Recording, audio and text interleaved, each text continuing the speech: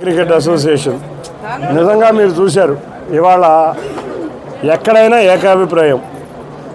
అసోసియేషన్లో ఉన్న 34 అసోసియేషన్స్ కానీ క్లబ్స్ కానీ ఏకగ్రీవంగా వేరే నామినేషన్ లేకుండా ఒకటే ప్యానల్ని ఏకగ్రీవంగా మేము నామినేషన్ దాఖలు చేయడం జరిగింది. 8వ తారీఖున రిజల్ట్లు రాబోతున్నాయి.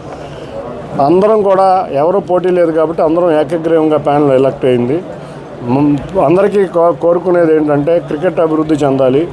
రాష్ట్ర ప్రభుత్వం క్రీడల మీద చిత్తశుద్ధితో ఉంది. చంద్రబాబు నాయుడు గారు త్వరగా రాష్ట్రానికి జాతీయ క్రీడలే కాకుండా మన మంగళగిరి స్టేడియంలో కానీ కడప స్టేడియంలో కానీ ఎక్కడైనా ఇంటర్నేషనల్ మ్యాచ్లు జరిగి రాష్ట్రంలో మనకి ఆర్థికంగా సహాయపడే విధంగా క్రీడలు అభివృద్ధి చెందాలని కోరుకుంటున్నాం. తప్పకుండా రాబోయే కాలంలో జరగబోతుంది. Thank you. ఏమండి, రాష్ట్రంలో మేము తెలంగాణతో పోటీ పడతామా, దేశంలో పోటీ పడతామా? మేము కోరుకునేది మా ఆంధ్రప్రదేశ్ రాష్ట్ర అభివృద్ధి.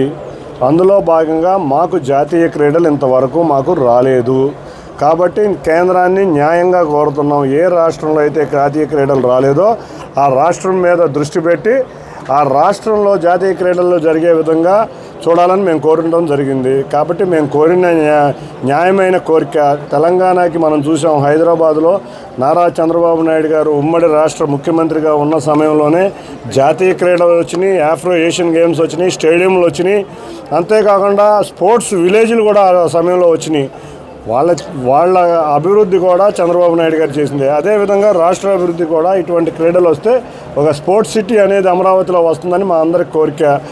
ఆయన కూడా స్పోర్ట్స్ సిటీ ఒకటి పెట్టే 9 సిటీలో ఒకటి స్పోర్ట్స్ సిటీ ఉంటుందని తెలియజేశారు. కాబట్టి మేము 2027లో కానీ 28లో కానీ నేషనల్ జాతీయ క్రీడలు తీసుకొచ్చి గ్రామీణ ప్రాంతంలో దాగి ఉన్న ప్రతిభను వెలికితీసి ఇవాళ జాతీయ స్థాయిలో మన క్రీడాకారులు బ్రహ్మాండంగా పతాకాలు వచ్చే విధంగా తర్ఫీదు ఉండే విధంగా కోచింగ్ సెంటర్లు పెట్టబోతున్నాం.